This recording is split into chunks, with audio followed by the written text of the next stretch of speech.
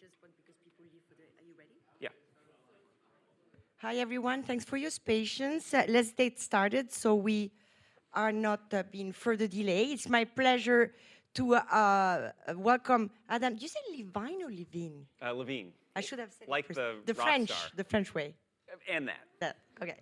So Adam Levine, as you can see here, he's an associate professor of policy and management at Johns Hopkins Bloomberg School of Public Health, and he works at the Agora Institute. I think, is it an institute? He can explain more to you what this entails, but he's doing a lot of fascinating work, including like a very well reported on, I think, book, your first book. You're very humble about it, but I think everybody was talking about your first book.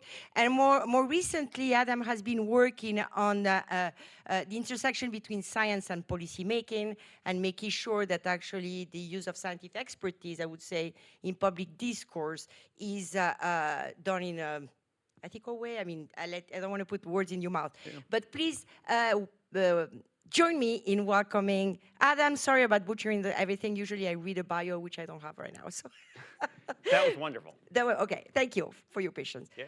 Welcome. All right. Well, thank you so much. Hi, everybody. I have to admit, I am used to just sort of shouting. My voice usually projects a lot. But apparently I'm not, now I have a microphone, so I'm going to try to not be too crazy. I am really thrilled to be here, and I'm really thrilled to have all of you here. And I'm going to talk for a while, but also I greatly look forward to your questions, comments, concerns, queries, notes of praise, whatever you want to share, all right? So I'll get started. I want to start by sharing a couple of experiences that I had, and I'm going to try to walk around a bit. I love getting my steps in during presentations. So I'm going to share two examples, two situations I had. So the first one was in 2017.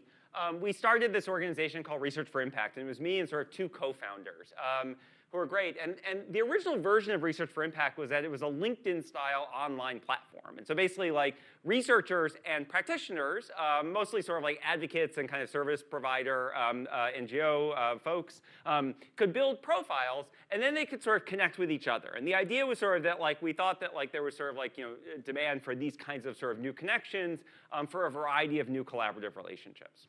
So what happened within the first 10 months of starting Research for Impact in 2017 was that we had 388 people who built profiles, which was amazing at some level. We were like, wow, this is so cool, because these profiles, people spent a lot of time and effort and energy to they put a picture in there, they would fill out information about what they've done in the past, what they want to do in the future, why they wanted to collaborate cross-sectorally, and all this kind of stuff. And we were like, wow, this is so cool. There was only one problem.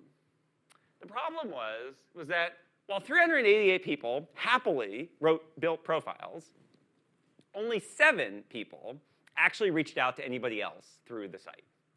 And in fact, of that 7, 6 of them were researchers reaching out to practitioners, and then 1 was a practitioner reaching out to a researcher. And that was it. And so on the one hand, we were doing amazing. If you think about sort of in terms of vanity metrics, we were doing great. Look at all these profiles. But in terms of what our actual theory of change was, it wasn't working. And we kind of recognized that by the end of 2017.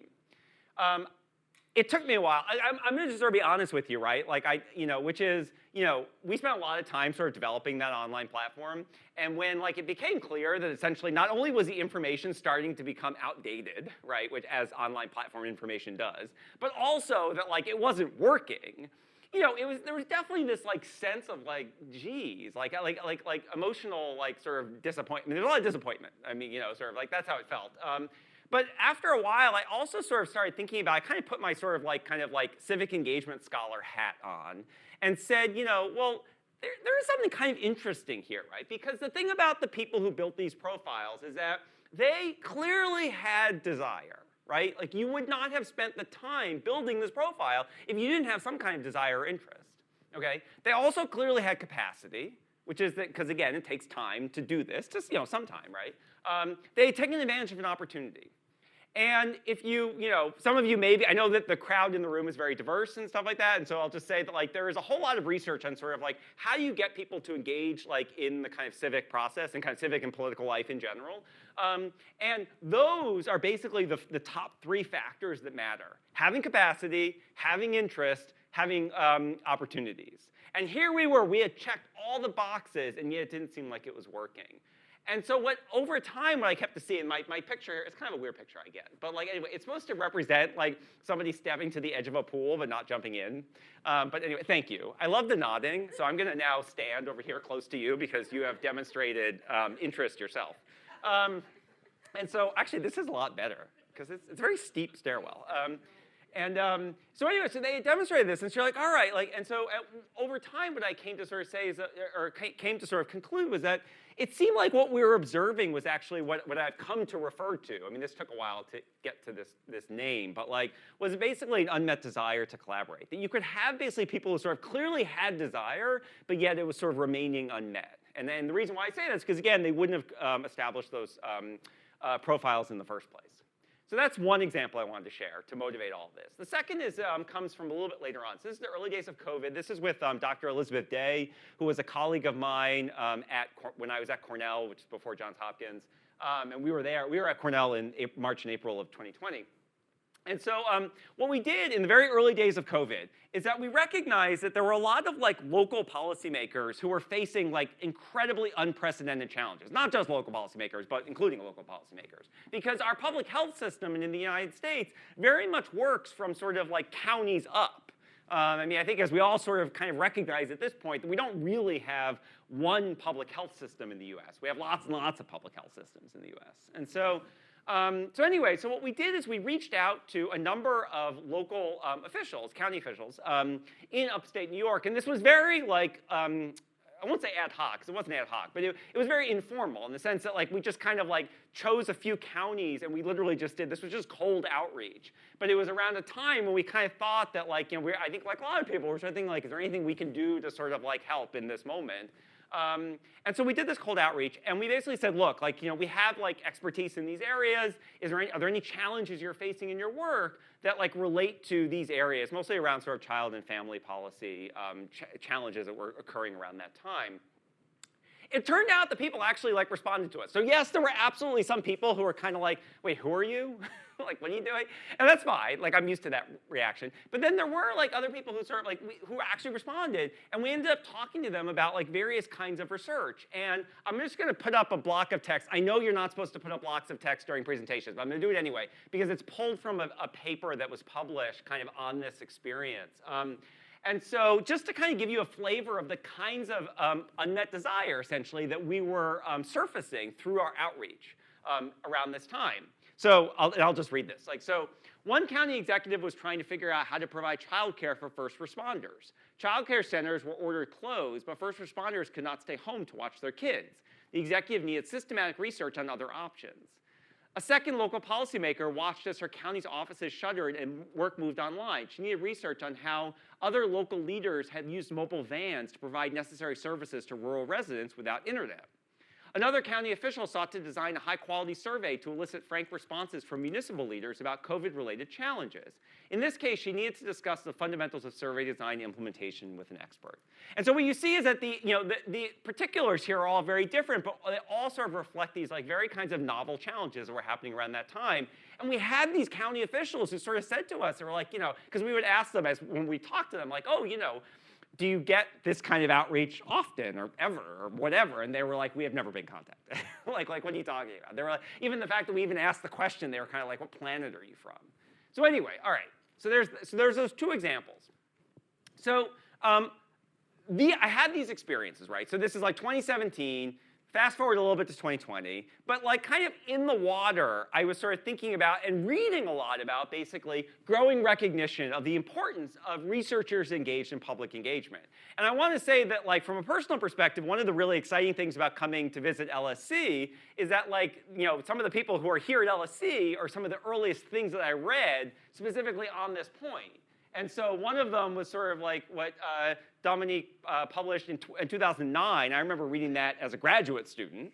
And because I also knew Bruce Lewinstein, who was and is at Cornell. And then also the Civic Science Imperative. This was published in 2018. And so Dietram's worked on that. And like, you know, sort of, and all of this was sort of starting to talk about, among others, like sort of talking about sort of like, you know, we need to be thinking more about sort of like public engagement, what it could look like, what its possibilities are, what the value of it is. We need to be measuring this, and so on and so forth, okay? And so anyway, so I want to sort of share that. So now I'm going to so that was all sort of motivation for sort of a lot of what I want to present to you in the remainder of the time, which is, and because basically what I want to sort of ask is essentially like, you know, are these sort of like experiences I had, which were fairly, again, not ad hoc, but just kind of somewhat informal in a way, you know, were they representative of something larger? And essentially sort of echoing the title of the talk, you know, today, like, you know, do policymakers have this kind of unmet desire for science? And what is the nature of it? And what should we do about it? Okay, and that's really kind of where I'm going in the remainder of the time. So what I want to do is present a couple of examples of this unmet desire that I've looked at in slightly more sort of systematic ways since the examples I shared with you. So first of all, this is looking at the potential for unmet desire of a more evidence-informed policymaking process using a national sample of policymakers. This was collected by Civic Pulse, which is an incredible organization that keeps panels of state and local policymakers, like nationally representative state and local policymaker panels. And you can sort of buy time on different surveys, and then you can like ask questions. And I've done that in a couple of cases that I'm going to present to you this afternoon. And so this is focusing on local policymakers because they're important, because it turns out, and the COVID examples are one example of that, they're responsible for sort of, like trillions of dollars of spend in the United States every year. I'm also focusing on them because it turns out that if you want to think about like not only finding something interesting, but also finding things that are actionable, the thing about local policy, I mean, like, look, like DC is great, and like people can go to Capitol Hill, and in some cases should go to Capitol Hill, or they should go to the State House in Madison, or in Albany, New York, or whatever it is. But it's also the case that like the thing about local policymakers is that they're everywhere. And so they're very, like, relatively speaking, there's a way in which they're very, I'll say approachable of sorts. So anyway, so I'm gonna, the information is highly doable. So there's 541 people here. This is a combination of both elected policymakers and appointed. This was in spring of 2021, and there's survey weights for those of you who are interested in survey weights. But anyway, so I just want to present like a couple of the findings from this. And so we asked about basically, first of all, do you have existing collaborative relationships with local researchers, so researchers in your local area? And so what you see is that basically about 80%, I don't know if this has I don't know if it does. Well, anyway, I'm not quite tall enough for anything, but anyway, you can sort of see. So like, so about 80% of people sort of said like, you know, that they had not had any interactions with local researchers over the past year, but yet we said, well, do you want like, you know, more or the same or less as what you currently have, which for most people, what they currently have was 0. We found about like over 60% said, or approximately 60% said that they wanted more. Then we also asked like, well, you know, have you been contacted by local researchers at all? And like about 80% said no, they hadn't, but yet 80% then said that they welcomed unprompted outreach from local researchers. We then also asked, and by the way, I will just say that like, hello, I hit a weird echo on that one. I will just say I'm gonna like run through a number of these, and so if it seems like I'm going quick and you're like, wait, hold on a second, like I'm more than happy to sort of answer questions about like any of this stuff. I'm just sort of, I want to kind of give you a flavor of kind of like what, of a whole bunch of different things. So, we also asked, though, like, you know, because, you know, recognizing that, like, what we're talking about here is basically the possibility of strangers interacting with strangers. So we're talking about, like, sort of like local policymakers interacting with local researchers that they don't know, right? I mean, that's sort of, when we talk about sort of this unprompted outreach over here, this, like, light green bar, right? I mean, that is basically, like, you know, saying essentially, like, yes, I would like to interact with a stranger that I'm not currently interacting with. And so we also asked, like, well, what kinds of hesitations might you have? And we gave them a list, and we asked just simply, like, yes or no, do you have this hesitation or not about interacting with a local researcher? And this is what we found. And so, there's a variation. So what you see along the left-hand side are all of the things we asked about. So again, these were all, like, they received these 8 prompts, basically. And they had to answer yes or no. And then the percentages, or the numbers are just the percentage that answered yes, I would have that concern. And so what you see is the top 2 concerns are that the local researcher may push a political agenda, and the local researcher may not have practical information. But even after that, you get about 20% of respondents who have a bunch of other things, like, they might not have domain-specific expertise. I want to just sort of point out that if you look down at that 4th one, that domain-specific expertise, I think it is fascinating to look at the distinction between that, which is that 18.6 number, and the 34.1. Because it kind of underscores how sort of having domain-specific expertise is not the same thing as having practical information for a policymaker. And I think that's like really, really important. The other thing I find interesting is the one right below that, which is, again, approximately 20%. They may not value my knowledge and experience of a policymaker. I've done a lot of interviews with local policymakers, and I'll ask them about whether or not they've had interactions with local researchers, so apart from the survey, just like separate interviews. And they'll tell me these stories about how, like, you have like the local council meeting or, county meeting or whatever, and the researchers, they sort of come in and they kind of like, I can't even like dramatize it. Like, they come in and they just sort of share this stuff, and then it's almost like, do you want me to smile? I'll smile. Okay, no, I don't have to smile. You were taking a picture. I can smile. Okay, but no, and so and they come in and they basically just sort of like they like share what they know, they disseminate what they know, and then it's almost basically like mic drop, and they leave the room. And I think what the 5th one down, they may not value my knowledge and experience as a policymaker, is sort of capturing is this idea that, like, if you're going to actually use research to address policy problems, or like local problems, it's like you need to have a back and forth between what the research says, which was probably done in a different location and/or at a different time, and the local context. In other words, you need to bring people with diverse forms of expertise together in a way that is interactive. So anyway, so that's sort of like, so that's the first example of policymakers' unmet desire for science I wanted to share.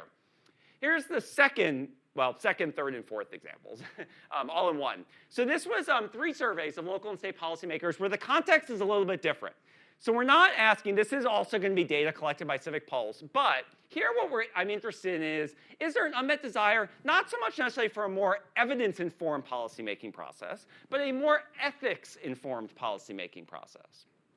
So what do I mean by that? So these are 3 national samples, also again collected by Civic Pulse. And this is focusing on 3 separate ways, 3 separate types of policymakers who make tough decisions related to the health of their community. And so what this is going to be is it's not going to be about, do you want to interact with local researchers? It's actually going to be about whether or not do you want to interact with bioethicists. And before you tell me bioethicists, do most local policymakers even know what a bioethicist is? The answer is, well, yes, but they don't, but not that much. Like, most of them are not that familiar with what bioethicists are. And one of the key parts of this survey, and actually what made this survey both kind of exciting, but also very challenging, was actually in the context of the survey. And I think this is a broader lesson for thinking about meeting unmet desire for science. We had to actually make legible what bioethicists are, like who they are, what they do. And that was sort of often in the context of sort of, providing ethical guidance and frameworks for dealing with tough decisions related to ensuring the health of your community. And they actually do other things too, just to be clear, but that's one thing. So anyway, so the 3 samples were local government elected policymakers, that's going to like echo from before, okay? Local government managers also echoes from before, but I'm splitting them out here. And then also, this is the new one, state and local government family support civil servants. So these are civil servants, but they work in the area of sort of family services and support. Okay? This was done last fall. And again, for those of you who are into surveys, we have survey weights, except for with the civil servants, so with the other 2. All right? And so again, this is basically, you can think of this as sort of unmet desire for bioethics. Okay? And so what you see is sort of, so this is now the 3 samples. This is basically just, this is the percentage of the policymakers who interacted with a bioethicist at least once. Like, that's it. Okay, that's the, just at least once over the past year. And what you see is that it's like less than 20% for all 3 of them. Those are 95% error bars. So then we also asked, well, what about unmet desire? And what I found was that basically, between 40 and 50% across the 3 different samples said, yes, actually, I would like to be interacting with them more than I have been. And again, this was in the context where about 10% of respondents said that they had either a lot or some, or no, that's not right, an extreme amount or were very familiar with who bioethicists are even before the survey started. Okay, so one key takeaway of these 2 examples, and again, there's much more to these surveys, and I can talk about hesitations with the bioethicists, all that kind of stuff, is that we see across the 2 of them consistent evidence of unmet desire for these collaborative relationships. So policymakers' unmet desire for collaborative relationships with certain types of researchers, okay? Now, I'm not going to talk about this too much in detail, but I just want to kind of like throw it out there because it's often, I know what people are thinking about often with these results. One is sort of that I'm happy to, I have like slides at the end. I can show you like breakdowns by partisanship, by gender, by age, and so for different pieces of the 2 surveys. And the results are like largely the same. Now I will say there are partisan differences, as you might not be surprised about, but even, and they do run in exactly the direction that you're probably thinking. However, it is also the case that like even among sort of, so like basically you see people who sort of identify as Democrats who are much more likely to have that kind of unmet desire. But even among the Republicans, what we typically see is like still sort of at least a third, if not more, kind of depends on which parts of the surveys I'm talking about, who say that who express unmet desire. The other thing I want to mention, again, for the kind of like survey-minded folks in the room, is you might sort of say like, okay, fine, like, you ask these questions, good for you. They ticked a box or didn't tick a box or whatever. Good for you, congratulations. Like, what does this really all add up to? I mean, like, how meaningful is this, of course? Like, it doesn't mean that, like, the policymakers are literally, like, sitting on the edges of their seats in their offices being like, oh, my God, I'm just waiting for this person to contact me. Probably not. However, there was a piece of all of these surveys, all 4 of them, in which people were asked, like, they were given an open-ended prompt in which they were said, like, well, what do you want to talk about? And the thing about that open-ended prompt, right, is that, like, you actually, like, it's very easy to skip that. It's very easy to sort of, like, put all sorts of, like, expletives or whatever you want to put like into it, right? And so to the extent that people actually took the time to name something, I view that as quite meaningful. And so what we found is that, like, the majority of people, not all, I do want to sort of be clear, definitely not all of the people who expressed unmet desire in the questions put something down, but the majority of people did. So a majority of the people who expressed unmet desire did actually take the time to write something down. So at least I'm going to sort of go ahead and say, like, these responses are not just cheap talk. Okay, so let me keep going, all right? Which is, I want to sort of present like one other example of sort of unmet desire among policymakers, and this was with a fantastic postdoc of mine, Leah Kalinsky-Jones, who was part of a Civic Science Fellows program that just ended up. She's now at Virginia Tech University. So, well, here what we were doing is we were measuring unmet desire among county municipal sustainability policymakers who were adjacent to a number of like research-intensive universities across the country. I will not tell you if that includes the University of Wisconsin-Madison. I will just say that it might include the University of Wisconsin-Madison. And so, but just to give you a sense, like these are people who have titles like these, and many other. I mean, the titles often differ quite a bit, but like anyway. So somebody who might have the title of Director of Sustainability, or somebody who might have the title of County Director of Energy and Climate Change, et cetera, both at the county level as well as at the municipal level. So what we did is we created a list of the population. So we basically took a list of sort of like R1 universities who have stated commitments to public engagement, and I'm happy to say more about where that comes from. But anyway, we took those. There are 26 of those. And then we basically made a list of all the people with these sustainability positions like adjacent to them. So that led to 62 officials, okay, of which Leah was able to get responses. These are people, these are very busy local policymakers. She was able to conduct 42 elite interviews based on that, which I think is astonishing. I mean, like getting these people on the phone is astonishing. Thank you for nodding. Because I also because I realized 42, like 42. Like you were just showing surveys with 500, but it was really hard, and it's a great accomplishment. So 68% response rate. This was done over fall 22 into spring of 2023. So one key finding was that 81% of that 42 expressed some unmet desire in at least one or more sustainability challenges that they are facing. And that was the structure here was basically they were asked to like list up to 3 sustainability challenges they're facing in their local community. But also just to kind of give you a sense of just a little bit of a flavor for kind of like what is behind that 81% number. So they expressed unmet desire on those 42 people expressed unmet desire on 67 total challenges that they were facing, sustainability challenges that they were facing. And the actual content of the challenges is what's up here. So things related to funding for sustainability programs, staffing for sustainability programs, political support, and so there was like federalism, like throughout these conversations, like through the reactions and the responses that people gave. Okay. Also, here we are at the LSC Colloquium. There were certainly people who had communications unmet desire as well. Then we also, though, asked, again, to also just give you a flavor for sort of the kinds of things that people said, we also asked them, what kind of research needs do you have? And so for that, it was a variety of kinds of things. Like, for example, the most common thing was benchmarks and case studies.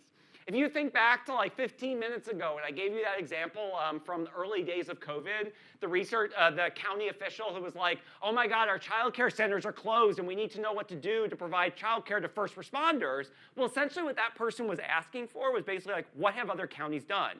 That was also true with the mobile vans. If you think back to from 15 minutes ago, right? They were basically looking for sort of case studies. I mean, look, if there was like some sort of like systematic impact assessment, I mean, my God, if you have an RCT, like by all means, share it. But that wasn't necessarily the expectation. And so anyway, so that's like that was the most common thing. But also they want to know about things like return on investment. Again, communications here, which is, again, more of the how to do it. So there are people who sort of talked about communications as a challenge that they face, and then also in terms of a research need, how can we do it? And so, okay.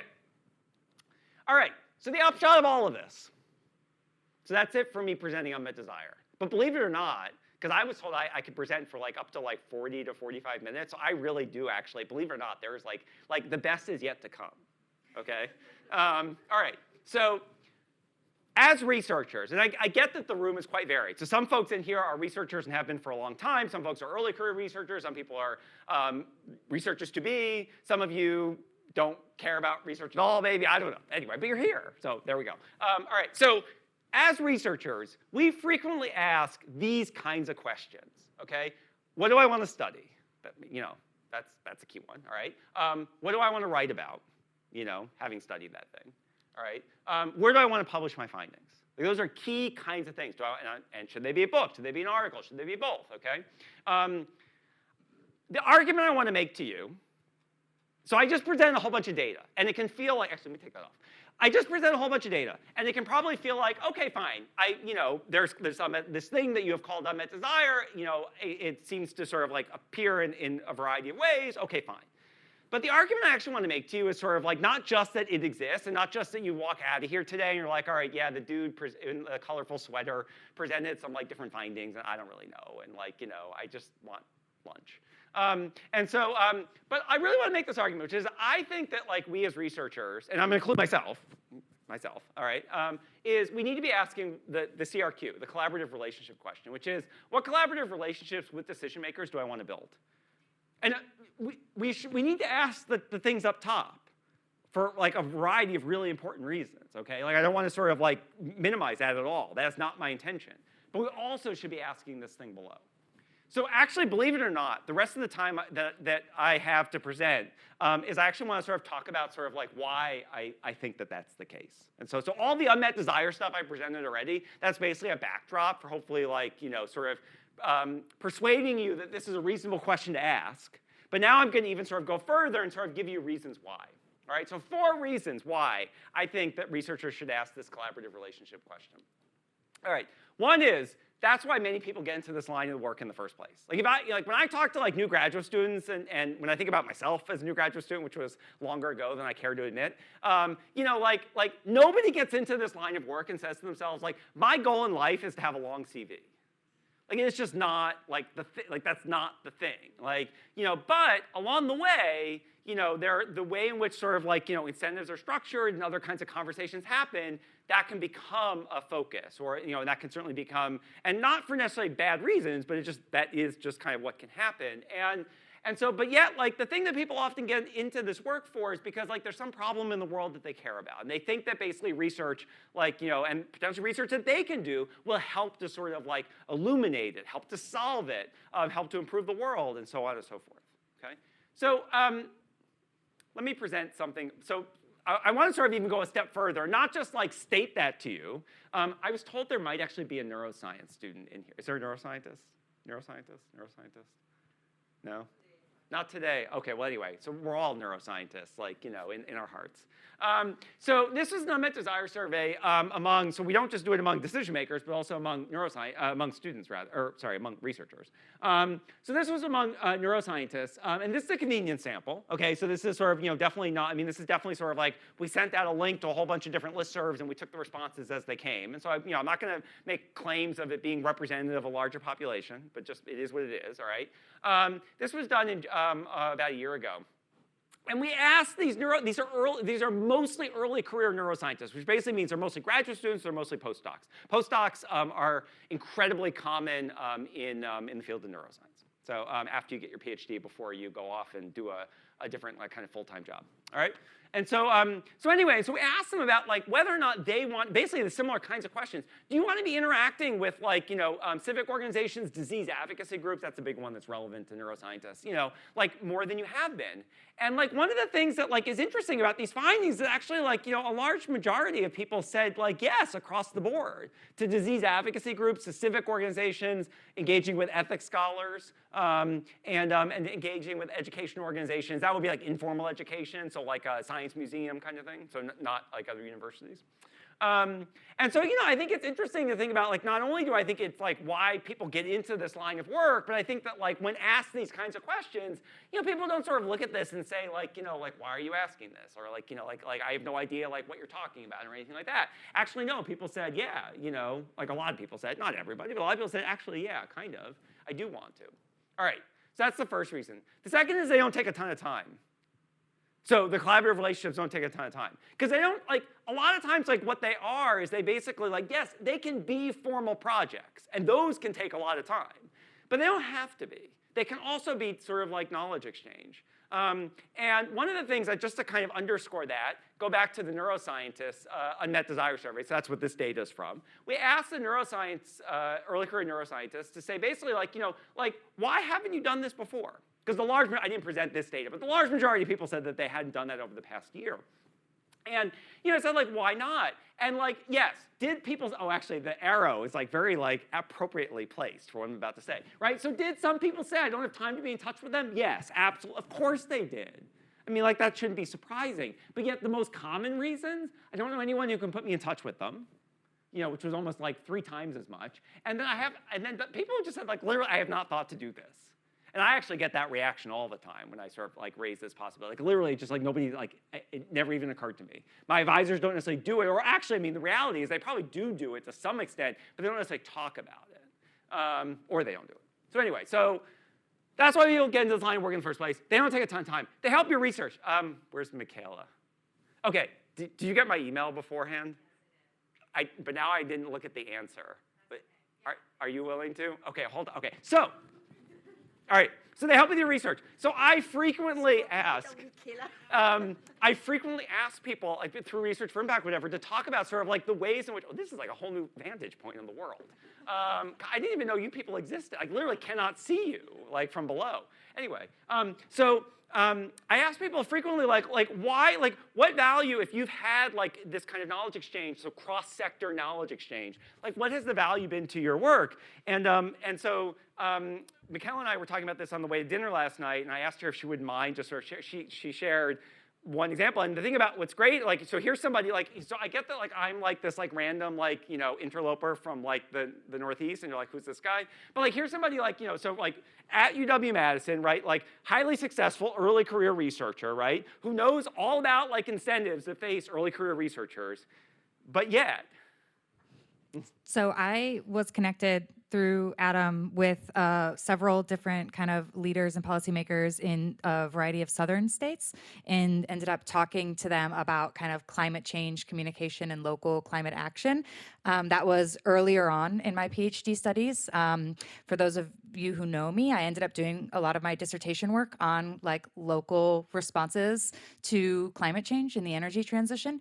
And this experience was kind of one of the first or early experiences where I got to do some of this engagement with different kinds of policymakers, and they were not in Midwestern states, which is what I was used to, focusing on Wisconsin. So it was really eye-opening to see how different decision makers were kind of grappling with science communication problems around climate change in ways that I had never thought of. And they brought up questions that I never even thought to ask them. And just having this opportunity to kind of talk to them about the research that I do and get some perspective about their experiences really helped to contextualize for me, like why I'm doing this and what makes this kind of work interesting. So I found it to be very fun and valuable. Is that a good answer? No, that was great. And Okay. the one other thing that you did say to me in the car last night too is that the idea that like it was also the sense of like, wait a minute, I can do this. Like Right. there's a certain sense of self-efficacy because again, if you haven't interacted with like people in very different lines of work or parts of society or whatever, there might be the sense of like you don't know what you don't know. I want to share one other example on this. This was like literally, you all are like reading this almost in real time with me. This was from an email that somebody sent me just yesterday in response to my question, just asking like, how did it go, and in what ways was it valuable or not valuable to your work. And so I'm just copying this literally from my email from yesterday. I think also talking to practitioners made me, and this is a political scientist who's now an assistant professor. I think also talking to practitioners made me more self-aware of the stakes and importance of my own work. I think it's really easy as an academic to convince yourself that your research is important in some way, at least within the confines of academia, but talking to non-academics may be more attentive to issues that people actually care about. This isn't to say that I think all research needs to be immediately relevant. I think knowledge production for its own sake is generally a good thing, and chasing hot topic questions is generally not a good strategy, but it definitely kept me more on my toes and continuing to think about why my research is important. Okay. All right, so and now I get to the fourth reason.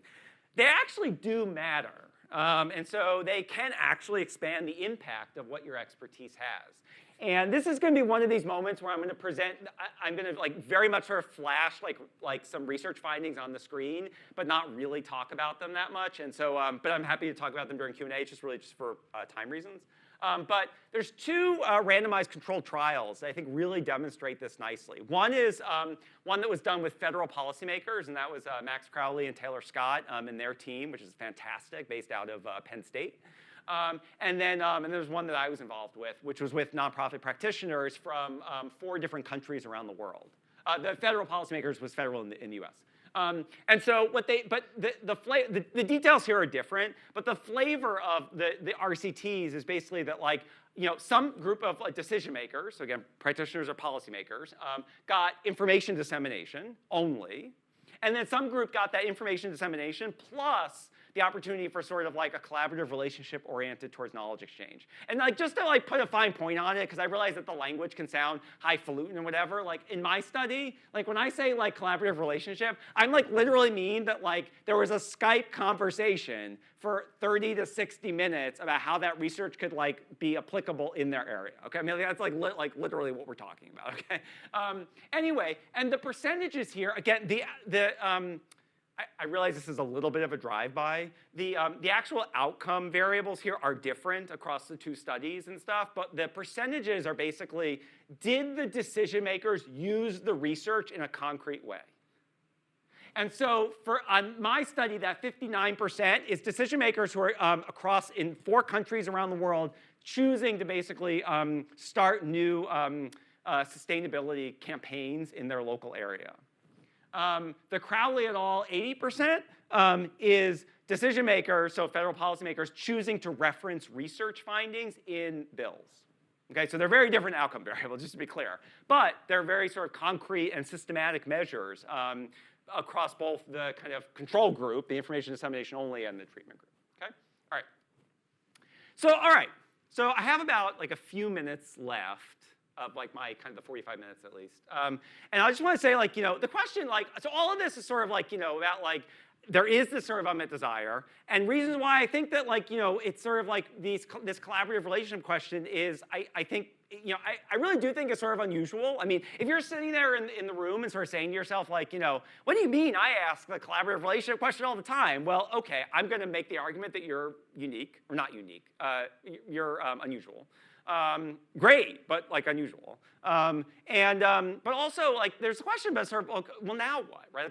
Like, even if you say to yourself, like, fine, I'm going to ask your stupid question, like, then what, right? Like, and so one possibility is that you actually go off and start them on your own. And so, this is a project, I don't have time to present the results, but like, we're basically like, we did that. So I was the one who actually went out and did it. That's why all the pictures had me in it. But like, it was with Elizabeth Day. So the way we broke up the project is, anyway, I was the one who was going to visit counties. But this is me in front of all these county legislatures. And this was a year ago. And basically, like, we basically, like, we introduced, or I introduced us, essentially, the royal we, to these county legislatures. And it was a randomized controlled trial where some counties, like, received this kind of outreach, and some of them just got emails. And let me just tell you, like, actually going to visit county legislatures, because they have, like, a privilege of the floor section where anybody can, like, raise their hand, just talk for a few minutes, like, led to way more collaborative relationships, than just sending, like, random emails. The second way is to leverage matchmakers or boundary spanners. And I know that, different universities have programs like that. But also, I think it's sort of, worth thinking about, like, like seeking something like that. So I mean, that is what Research for Impact is, but also, like, like, I know that Madison has one, and other universities often do as well. Okay, so I'm going to just kind of leave that there. I do think that, like, one common response to all of this is, like, the response, like, well, but this isn't incentivized. And I think that's right. In a lot of cases, it often isn't. I think universities are changing on this. I also recognize that most people in the room are not dictators when it comes to incentivizing or not incentivizing certain courses of action. I do just want to sort of state that, I mean, I think that, to acknowledge that that's important, first of all. Second of all, to say that, like, I do think it's changing. I want to also just sort of point out, so one of the things that's cool about the Agora Institute that I'm part of, that I think is cool, is that the director has actually made it a point of actually, like, naming these, like, collaborative relationships when they occur. And the way that it happens, so this is recent, fiscal year 2023 annual report, and this is a piece that's in it. So this is public-facing output. And what you see all the way on the right is something called expert engagements, including strategy consultations, advisor invitations. And then there's, like, further details on it and stuff like that. But, like, that's, like, one way. I mean, I'm not going to say that that's, like, I mean, look, this is not like, we're not buying commercial time during the Super Bowl, okay? Like, I get that. But nevertheless, like, it is sort of one way of sort of naming this as being important. And it goes into the annual report. It goes into the presentations to the board of directors. And it's one thing. And of course, there can be others. And I do think other universities, including the University of Wisconsin-Madison, are sort of, like, moving forward on thinking about, like, how to do that. All right. So this is the final slide. So I want to sort of, so I do think from an empirical standpoint, there's substantial evidence of unmet desire. Hopefully I've persuaded you that, and that's an interesting question to ask. But then also I think, like, there is, like, if I had to sort of sum it up and say, like, what is the real argument I want to make to you? It's not just the data I want to present, but the argument. It's that I think that researchers should be asking this question, this collaborative relationship question. What collaborative relationships with decision makers do I want to build? And they should be doing that in addition to, again, not instead of. And my argument is that it really doesn't have to be instead of, because it doesn't have to take that much time. That you should be asking this question in addition to questions about what do I want to research, what do I want to study, where do I want to publish it. And sometimes, again, this can be for knowledge exchange. Sometimes it can be for sort of more formal partnerships, and that's fine too. And it can be either, but it doesn't have to be for the more formal stuff. I will just say a lot of this stuff, I'm supposed to do this, is in this book, which is coming out on March 21st. And so it's like, you're all, like, it is March, and, like, this is the month that it's coming out. And so all of us are, like, collectively having this moment of this book coming out in the same month. And so I just want you to know that, like, any lentil salad that you're thinking about consuming right now is probably not as good as this book. All right, but anyway, but I just thought I'd mention that. So there you go. Thank you so much.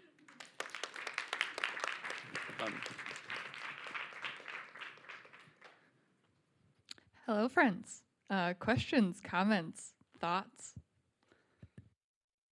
Don't all jump at once. Oh, are you gonna? Oh, okay.